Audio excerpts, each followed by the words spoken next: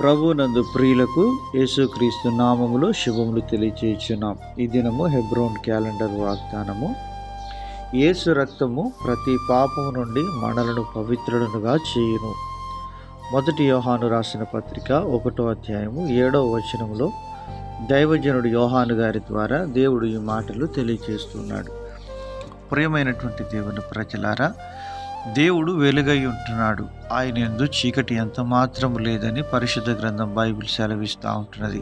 దేవుడు వెలుగై ఉన్నాడు, ఆయన యందు చీకటి ఎంత మాత్రము లేదని పరిశుద్ధ గ్రంథం బైబిల్లో యోహాను రాసిన 1వ పత్రిక 5వ అధ్యాయంలో దేవుడు సెలవిస్తున్నాడు. ప్రియమైనటువంటి దేవుని ప్రజలారా, ఆయన వెలుగులోనున్న ప్రకారము మనమును వెలుగులో నడిచిన ఎడల మనము అన్యోన్య సహవాసం గల వారమై ఉందుము అని దేవుడు సెలవిస్తున్నాడు. అప్పుడు ఆయన కుమారుడైన యేసు రక్తము ప్రతి పాపము నుండి కడిగి మనలను పవిత్రులనుగా చేయును. యేసుక్రీస్తు యొక్క రక్తము పరిశుద్ధమైంది, నిర్దోషమైంది, నిష్కలంకమైనటువంటిది. ఆయన రక్తము మానవాళికి ఎంతో ఆశీర్వాదకరం. పాప విమోచన, రక్షణ, విడుదల మనకు అనుగ్రహించబడుతుంది. కనుక యేసుక్రీస్తు రక్తము ద్వారా ప్రతి మానవునికి పాపక్షమాపణ దేవుడు సిద్ధపరుస్తూ వచ్చినాడు. ఇలాగున ప్రతి ఒక్కరు కూడా ఆయన రక్తముల ద్వారా కడగబడి నిత్య జీవమునకు వారసులుగా చేయబడాలనేది పరలోక దేవుని యొక్క సంకల్పమై ఉంటున్నది.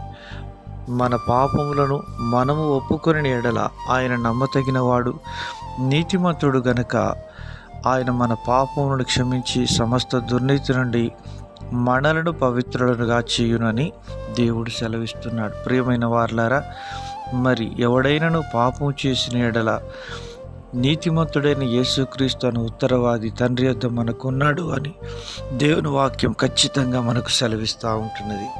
ఇలాగున మన యొక్క ఆధ్యాత్మికమైనటువంటి జీవితంలో మన పాపములు దేవుని యొక్క ముఖమును మనకు మరుగు చేస్తూ ఉంటున్నవి. అందును బట్టి దేవుణ్ణి మనం చూడలేకపోతుంటున్నాం. కనుక మన పాపముల విషయమే ఎప్పుడైతే పశ్చాత్తాపడి ప్రభు చెంతకు మనం తీసుకొని రాబడతామో, దేవుడు మన పాపముల నుంచి మనం విడిపించి నిత్య జీవానికి వారసులుగా చేసేవాడుగా ఉంటున్నాడు. మానవుడు జన్మ, కర్మ, పాపముల చేత పట్టబడిన వాడుగా ఉంటున్నాడు. పాపములు క్షమించబడాలి అంటే రక్తము చిందించాలని దేవుని వాక్యము ఖచ్చితంగా సెలవిస్తూ ఉంటున్నది. కనుక పశువుల రక్తంలో, జంతువుల రక్తంలో మానవుని యొక్క పాపములకు విడుదల లేదు. కానీ నిర్దోషమైన, నిష్కలంకమైన గొర్రెపిల్ల వంటి క్రీస్తు యేసు రక్తములోనే మానవులకు పాపక్షమాపణ ఉంది. అట్టి రక్తాన్ని ఆశ్రయించి మనం నిత్య జీవానికి వారసులంగా చేయబడుతుము గాక.